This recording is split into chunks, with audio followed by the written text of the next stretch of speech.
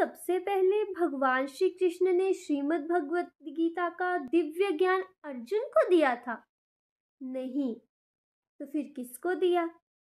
Radhe Radhe to everyone. आज हम लोग बहुत ही इम्पॉर्टेंट टॉपिक पर बात करेंगे कि भगवान श्री कृष्ण ने श्रीमद् भगवत गीता का ज्ञान सबसे पहले किसको दिया।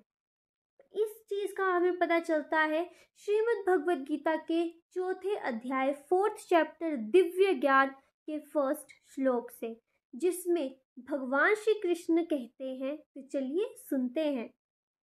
श्री भगवान वाच इमं विवस्वते योगं प्रोक्तवानहं व्ययम् विवस्वन्मानवे प्राय मनुरिक्ष्वाकवे अब्रवीत। इस श्लोक में भगवान श्री कृष्ण अर्जुन को कहते हैं, हे अर्जुन, मैंने सबसे पहले यह दिव्य ज्ञान सूर्यदेव विवस्वान को दिया। फिर उन्होंने ये दिव्य ज्ञान मनुष्यों के पिता मनु को दिया और फिर मनु ने ये उपदेश आगे अपने पुत्र इक्ष्वाकु को दिया।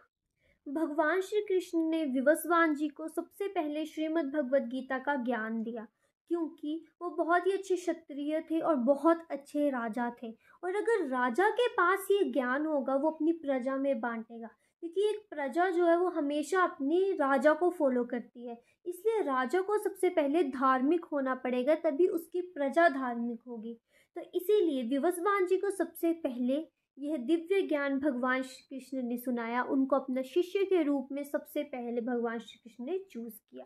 उसके बाद विवस्वान जी ने यह ज्ञान अपने पुत्र, जो कि मनुष्यों के पिता मनु जी हैं, उनको सुनाया।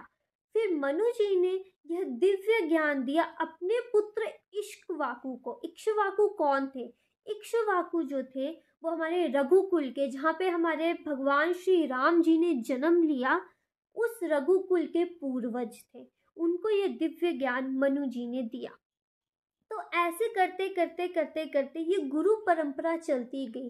एक ने अपने शिष्य को, दूसरे ने अपने शिष्य को, तीसरे ने अपने शिष्य को, ऐसे गुरु परंपरा चल रही थी। लेकिन फिर एकदम से ऐसा दौर आया जब ये गुरु परंपरा धीरे धीरे समाप्त होने लगी। तब भगवान श्री कृष्ण को फिर से इस धरती पर जन्म लेना पड़ा और श्रीमद् भगवत गीता की स्थापना करनी पड़ी। Thanks for watching. Radhe Radhe.